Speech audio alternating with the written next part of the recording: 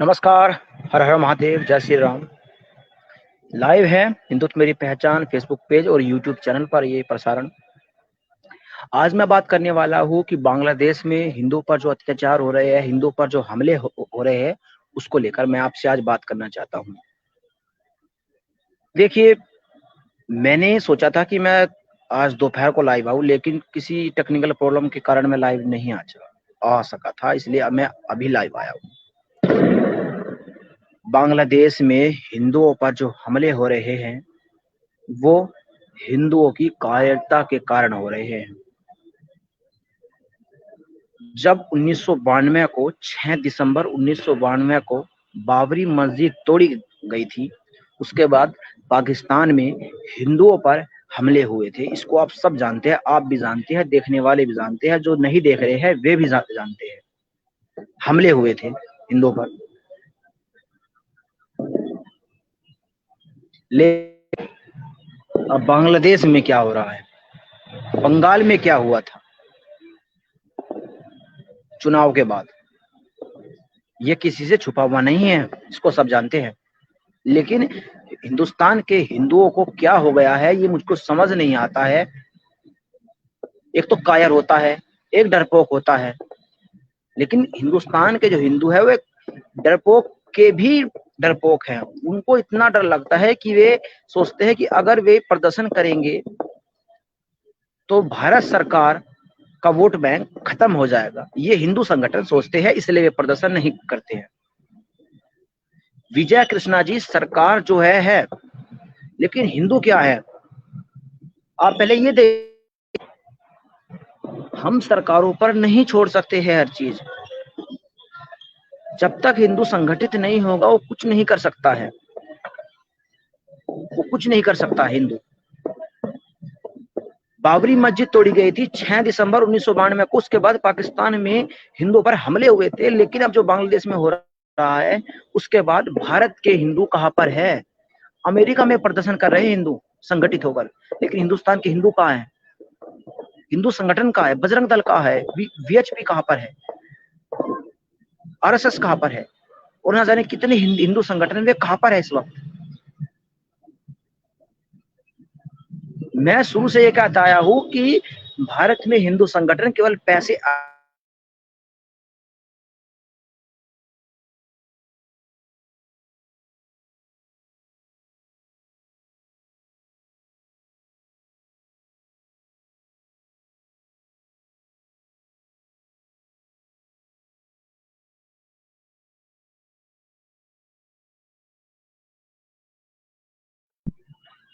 मैं शुरू से ही कह रहा हूँ, सॉरी माफ कीजिएगा, किसी टेक्निकल इशू के कारण अभी नेटवर्क मेरा भाग गया था, दोबारा से आया है।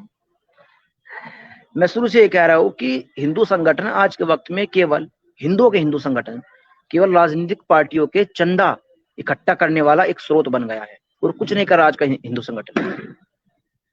हमारे यहाँ दिल्ली में, यूपी में, राजस्थान में, गुजरात, जिसको हिंदू गढ़ कहा जाता है, वहां पर भी कोई प्रदर्शन नहीं हो रहा है मुसलमानों के खिलाफ। और टीवी डिबेट में बैठकर सिर्फ बकवास हो रही है और कुछ नहीं हो रहा है। मैंने अभी देखा है,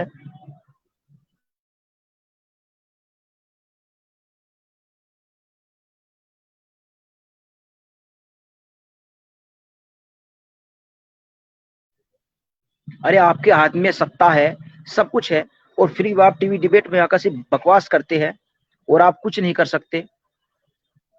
मुझे तो अचंभा इस बात का होता है कि बेशरम तो होते हैं ना, लेकिन हमारे देश की राजनीतिक पार्टियां महाबेशरम है। जो बंगाल में, बांग्लादेश में हिंदुओं को नहीं बचा पा रही है, कश्मीर में नहीं बचा पा रही है, पाकिस्तान में नहीं बचा पा रही है, और तो और छोड़ दीजिए, भारत में नहीं बचा पा रही भाई, दिल्ली में भी नहीं, यूपी में, गुजरात, राजस्थान, मध्य प्रदेश, छत्तीसगढ़, झारखंड, छत्तीसगढ़ में आप सभी जानते हैं क्या हुआ था, नहीं बचा पा रही है।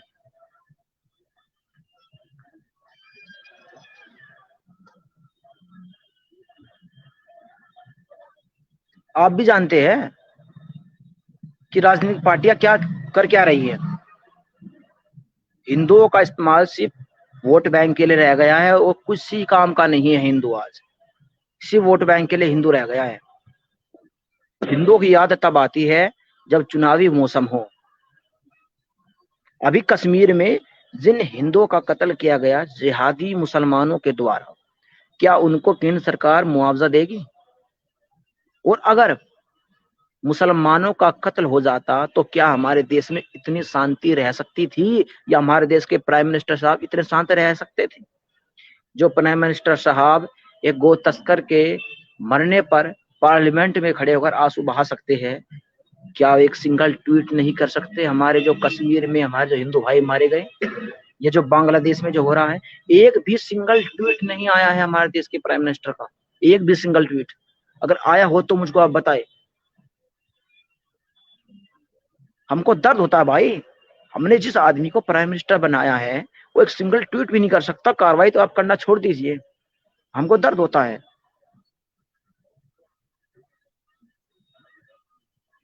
तथा कथित हिंदू सरकार, अब तो वो काम हो गया है कि ना तो कुछ कर सकते हैं और ना चुप रह सकते हैं, ये हो गया अब। और कोई काम अब नहीं है हिंदुओं के पास। अगर हिंदू संगठन कुछ कार्रवाई कर दे, ये सड़कों पर उतर जाए, डर हमको इस बात का लगता है अगर कोई हिंदू संगठन कल अगर सड़कों पर उतरता है तो सरकार सबसे पहले उसको जेल में डालती है। आपने क्या देखा है, अभी आपने देखा होगा जंतर मंतर पर क्या हुआ था। शुभम मंगला को आप सभी जानते होंगे, मान लो बस वे बच गए, वे किस तरह बच गए वे, नहीं तो उनका करियर बिल्कुल खत्म था। आजाद विनोद भाई एक लंबी संघर्ष के बाद वे जेल से बाहर आए हैं। आजाद विनोद वे लंबे संघर्ष के बाद जेल से बाहर आए हैं। और जो खुद को राष्ट्रवादी कहते थे, जो यूट्यूब पर राष्ट्रवादी वीडियो डालते थे, उन्होंने अपने हाथ खड़े कर लिए। इसलिए हिंदू आगे बढ़ने से डरता है, ये कारण है। जिस अश्विनी उपाध्याय के लिए हिंदू संगठनों ने अपनी पूरी जान लगा दी, हिंदू रक्षा दल ने अपनी पूरी जान लगा दी, पिंकी चौधरी जी ने अपनी पूरी जान लगा दी, उन्होंने जिम्मेदारी ली थी इस चीज की कि हमारे लड़के वहां पर थे, आज वे जेल में है। और जिस व्यक्ति ने ये वो पूरा प्रोग्राम रखा था वो बाहर घूम रहा है अब आसानी से, इसलिए हिंदू आगे नहीं आता, ये कारण है। मैंने कल एक पोस्ट किया था, अगर आपने देखा होगा तो, मैंने कल एक पोस्ट किया था कि अगर हिंदू अपने घर में एक सिंगल तलवार, मैं खुलेआम कह रहा हूं फेसबुक पर और यूट्यूब पर जो लाइव हो रहा है, अगर हिंदू अपने घर में एक सिंगल तलवार नहीं रख सकता तो खुद को हिंदू कहना छोड़ दो भाई। क्योंकि तुम जिसको पूजते हो ना, हनुमान जी, महादेव और अन्य सभी देवी देवता, वे सब शस्त्र और शास्त्र के निपुण थे, और तुम उन्हें पूजते हो। जो परशुराम का पूजता है, अगर उसके घर में शस्त्र नहीं होगा तो उसको परशुराम को पूजने का कोई अधिकार नहीं है। बांग्लादेश में जो हो रहा है वो इससे बिल्कुल मैच खाता है। 500 की भीड़ आई, 1000, 2000, 20,000 हिंदुओं पर उसने हमला कर दिया और हमारी बहन बेटियों के साथ बलात्कार हुए। इस्कॉन मंदिर के संचालक की उन्हें हत्या कर दी।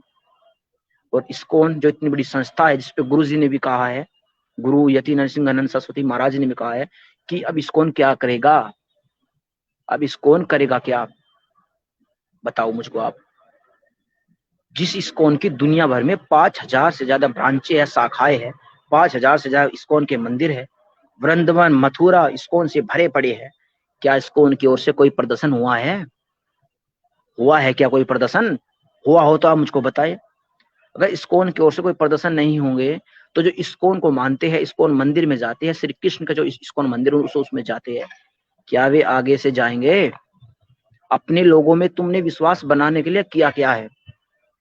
कल कोई हिंदू अगर बीमार हो जाए, उसको आर्थिक मदद की जरूरत हो, क्या हिंदू मदद कर सकता है? वो हिंदू सिर्फ पोस्ट कर सकता है, हिंदू सिर्फ कमेंट कर सकता है कि हम मदद कर सकते हैं, लेकिन जब वक्त आता है, टाइम आता है, वो मदद नहीं करता। अब आप देख लीजिए, गुरुवर यतीन्द्र सिंह आनंद सरस्वती महाराज को विश्व धर्म संसद करनी थी, लेकिन उनको केवल फंड की कमी के कारण उसको सब धर्म संसद में बदलना पड़ गया। और मुझको लगता है कि अब वो भी नहीं होने वाला भाई, वो भी नहीं हो पाएगा, क्योंकि गुरुवर के पता नहीं कितने साथी थे जिन्होंने अपना हाथ पीछे खींच लिया है। तो ये केवल बांग्लादेश बंगाल की समस्या नहीं है, केवल कश्मीर की या पाकिस्तान की, ये समस्या भारत से निकली है, ये समस्या हिंदुओं के रक्त से निकली है। हमने अपनी बहन बेटी मुसलमानों के बिहाई हैं, सिर्फ इसलिए कि हम जी सके, सम्मान से नहीं, केवल जी सके। हमको सम्मान नहीं चाहिए, हमको केवल ये तन चाहिए। अरे मेरे भाइयों, शरीर 5 वस्तुओं से मिलकर बना है, अगर इसमें सम्मान नहीं होगा तो आपके जीने का फायदा क्या है? पंच धातु से मिलकर आपका ये शरीर बना है, लेकिन इसमें सम्मान भी तो चाहिए ना जीने के लिए। अगर सम्मान नहीं होगा आपके पास तो आप जीकर करेंगे क्या? आप अपने बच्चों को महंगी महंगी गाड़ियां दिला सकते हैं, महंगे महंगे स्मार्टफोन दिला सकते हैं, लेकिन अपने बच्चों की सुरक्षा के लिए आप उसको एक निपुण योद्धा नहीं बना सकते।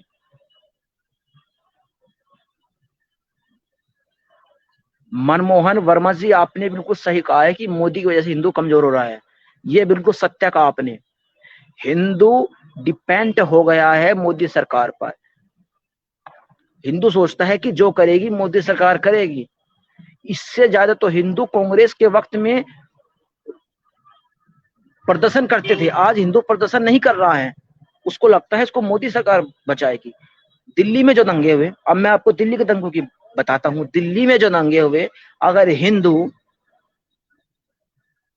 एक्शन नहीं लेता खुद से तो क्या केंद्र सरकार कुछ कर पाती?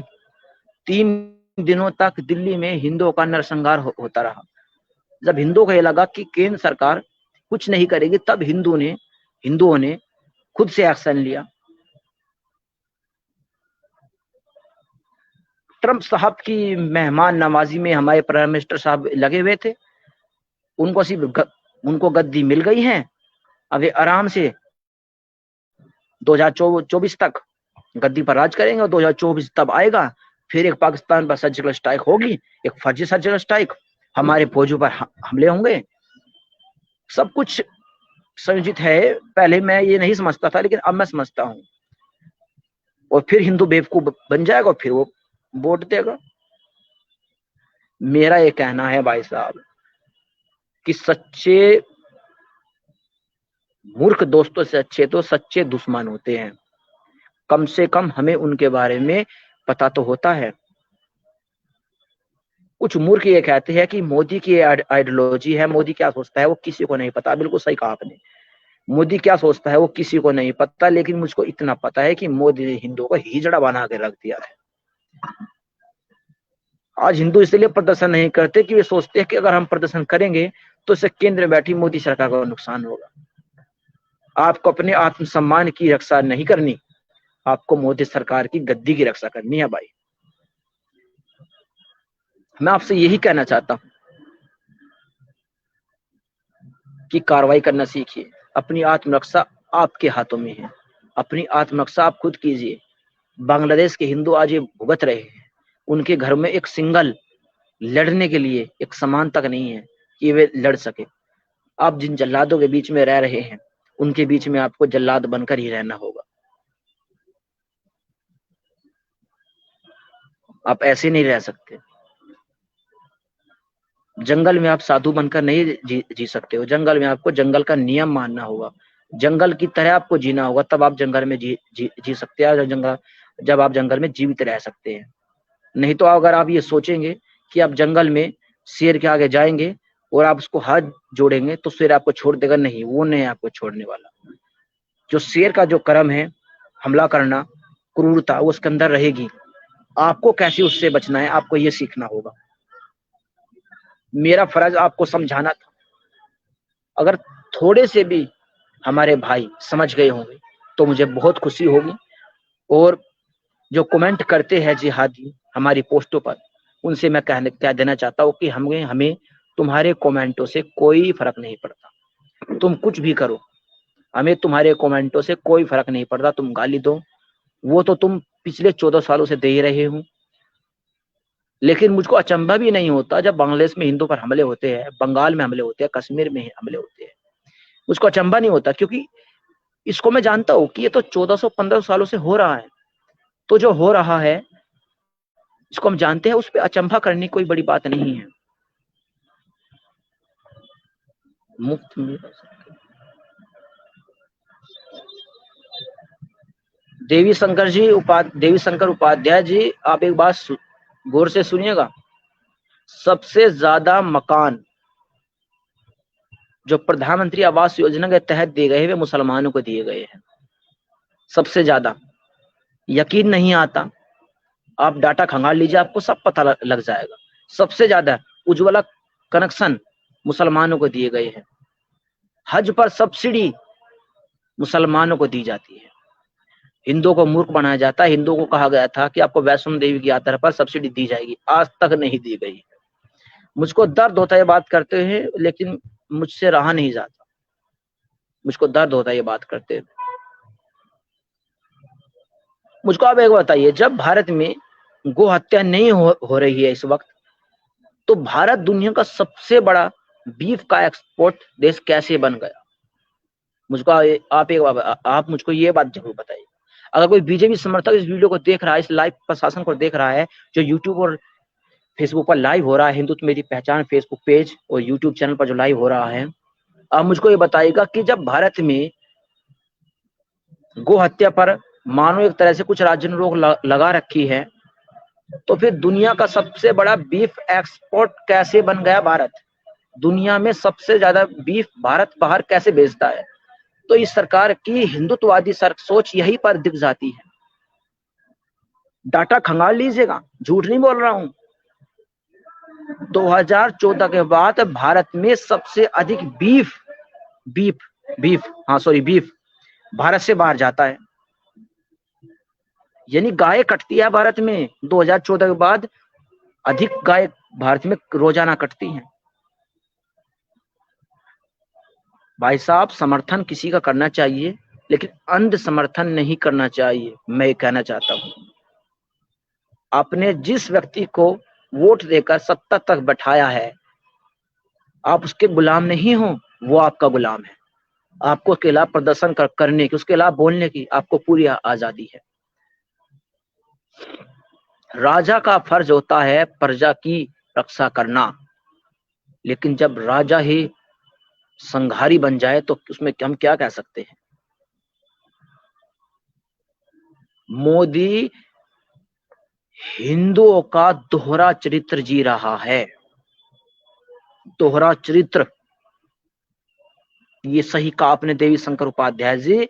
हिंदुओं का दोहरा चरित्र मोदी जी रहा है। विनय मिश्रा जी कहते हैं कि कोई दूसरी पार्टी बनाए जो हिंदुत्व में काम करे। श्रीमान, सत्ता तक बैठते ही, सत्ता की कुर्सी मिलते ही अच्छे अच्छों की नियत बदल जाती है। अच्छे अच्छों की। दुनिया में जितने भी परिवर्तन हुए हैं वे प्रदर्शन के कारण हुए हैं। दुनिया ने हिटलर शाही देखी थी, यहूदियों को मारा था हिटलर ने। जब तक यहूदियों ने हथियार नहीं उठाए, यहूदियों में एकता नहीं आई, तब तक यहूदी पूरी दुनिया में मिटता रहा, कटता रहा और पिटता रहा। हो सकता है मेरी बात को आप कहे कि आप कांग्रेस की भाषा बोलते हैं, लेकिन ये सत्य है कि जो आज सम्मान नरेंद्र मोदी साहब को मिल रहा है, वो किसी वक्त हिटलर को भी मिलता था। हिटलर को दुनिया का मोस्ट शांति पुरस्कार मिला था। हिटलर को आ गया था कि आप दुनिया में सबसे शांति स्थापित करने वाले एक शासक हो। लेकिन हिटलर ने क्या किया सब जानते हैं। ये ट्रॉफी वगैरह तो खरीदी जाती है, कोई अचंभे की बात नहीं है। और दूसरी बात, जिन मुस्लिम देशों ने प्राइम मिनिस्टर साहब को हमारे अपने देश का सर्वोच्चम पुरस्कार दिया है, क्या आपको लगता है कि मुसलमान किसी को ऐसे ही अपने देश का उच्चतम पुरस्कार दे सकता है, अपने देश का सम्माननीय व्यक्ति बना सकता है? भारत के प्राइम मिनिस्टर को, एक हिंदू को, एक मुस्लिम देश, उनको पता है ये आदमी हमारे एजेंडे पर काम कर रहा है भाई, उनको पता है, उनको पता है हिंदुओं को इसने कायर बना दिया है, हिंदू सिर्फ नाम के रह गए हैं, वे कुछ नहीं कर सकते। 500 की भीड़ मुसलमानों की आती है, 10,000 20,000 हिंदू पर हमला करती है, हिंदू छिन भिन हो जाता है, मुसलमानों के हाथ में कुछ लोग आ जाते हैं, बहन बेटियों साथ में वे बलात्कार करते हैं, हिंदुओं को वे मार डालते हैं। और ऐसे नहीं मारते, पहले उनके सामने, हिंदुओं के सामने उनकी बहन बेटियों का बलात्कार होता है, तब उनको मारा जाता है। उनको ये दिखाया जाता है कि नर्क किसे कहते हैं, तुम देख लो।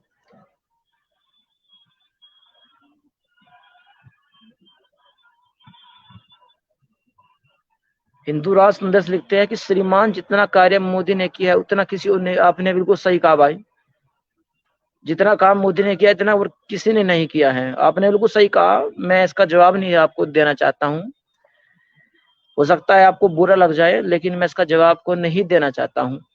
आपने सही कहा है, बिल्कुल सही कहा है।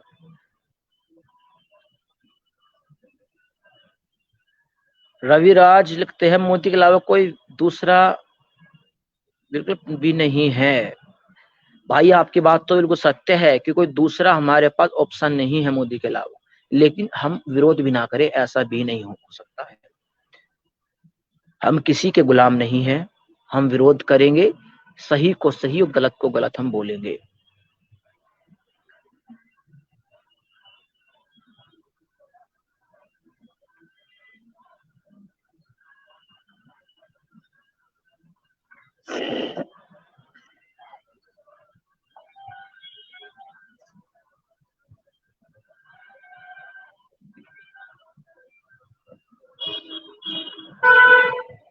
योगी आदित्यनाथ है ना, देखिए भाई योगी आदित्यनाथ अकेले कर क्या सकते हैं, आप मुझको ये बताएं, योगी आदित्यनाथ अकेले क्या कर सकते हैं?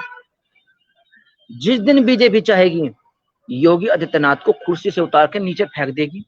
जो कल्याण सिंह के साथ हुआ, मेरी बात आज आप लिख कर रख लीजिए, जो कल्याण सिंह के साथ हुआ था वो योगी आदित्यनाथ जी के साथ होगा। हमें योगी आदित्यनाथ जैसे, कल्याण सिंह जैसे नेताओं की देश में जरूरत है। कल्याण सिंह वो नेता थे जिन्होंने धर्म के लिए सत्ता को त्यागा था, उनको पता था कि बीजेपी उनके साथ क्या क्या करने वाली है, उनको ये पता था कि केंद्र में कौन है, बिल्कुल नास्तिक पार्टी बैठी है, और उसके साथ फिर उसकी पार्टी क्या करेगी उस कल्याण सिंह को पता था, और हुआ यही था कल्याण सिंह के साथ। कल्याण सिंह को बीजेपी ने पार्टी से बाहर का रास्ता दिखा दिया था। तो मैं बीजेपी को हिंदुत्व पार्टी नहीं मानता हूं, हाँ मैं भी बीजेपी को एक एडिशनल पार्टी मानता हूं कि हिंदुओं के पास कोई और दूसरा ऑप्शन नहीं है तो चलो चल जाएगा, लेकिन बीजेपी हिंदुओं की पार्टी है, टोटल सनातनी पार्टी है, मैं इसे नहीं मानता हूं, मैं इसे नहीं मानता हूं। इसीलिए मैं नहीं कहता कि बीजेपी अच्छे नेता नहीं है, अच्छे नेता है, लेकिन सब डरते हैं भाई, सबको सत्ता प्यारी है, सब कल्याण सिंह नहीं है, सब योगी आदित्यनाथ नहीं है।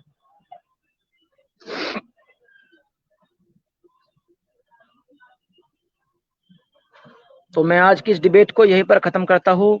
करने को तो मैं बात बहुत लंबी कर सकता हूँ, करीब 25 मिनट के आसपास हो गया है, 24 मिनट 48 सेकंड। तो अगर आपके कोई सुझाव है तो आप कमेंट करते रहिएगा, और अगर आप हमको सपोर्ट करना चाहते हैं तो नीचे चल रहे यूपीआई पर आप सपोर्ट कर सकते हैं, पेटीएम, फोन पे, गूगल पे पे आप सपोर्ट कर सकते हैं। हमारा यूपीआई आईडी है javla1996@पेटीएम, और फोन पे, गूगल पे और पेटीएम नंबर है 8178442792, जो नीचे फ्लैश हो रहा है, आप उस पे जाकर बेहिचक सपोर्ट कर सकते हैं। तो आज के लिए इतना ही, फिर कोई नया विषय लेकर आपके सामने में आऊंगा। और आज मैं कोई कमेंट स्क्रीन पर फ्लैश नहीं करवा पाया हूँ, माफ कीजिएगा। आगे से मैं कोशिश करूंगा। आपके मैं कुछ कमेंट एक बार पढ़ लेता हूं, फिर इस लाइव को मैं एंड करता हूं। देवी शंकर उपाध्याय जी लिखते हैं, जिस दिन बीजेपी योगी आदित्यनाथ को निकाल देगी उस दिन बीजेपी का पतन शुरू होगा। सत्या कहा आपने। जिन्हें हिंदुओं को ये घमंड है ना,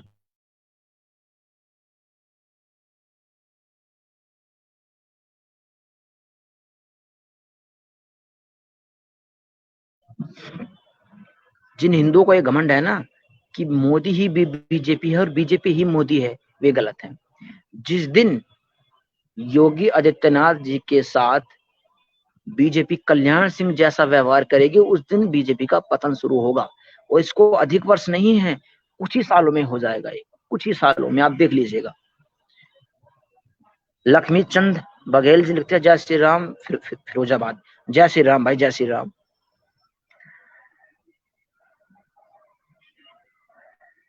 रविशंकर मिश्रा जी लिखते हैं कि विकल्प एक ही है, योगी जी है लेकिन आरएसएस ये होने नहीं देगी। बिल्कुल सत्य का भाई आपने, नहीं होने देगी। सारा बीज ही आरएसएस का ये बोया हुआ है भाई साहब, पूरा बीज।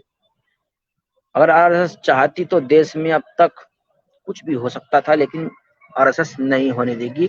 आरएसएस का अपना एक ऐसा एजेंडा है जो ना आपको पता है, ना मुझे पता है, ना उन समस्त हिंदू सनातनियों को पता है जो आरएसएस को अपना, और मैं बोलना नहीं चाहता हूं।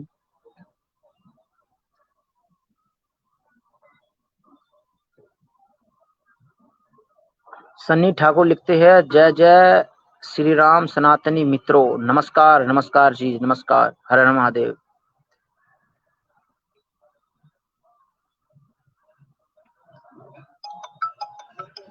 आप एक साइड रुकेगा, एक कॉल आ रही है।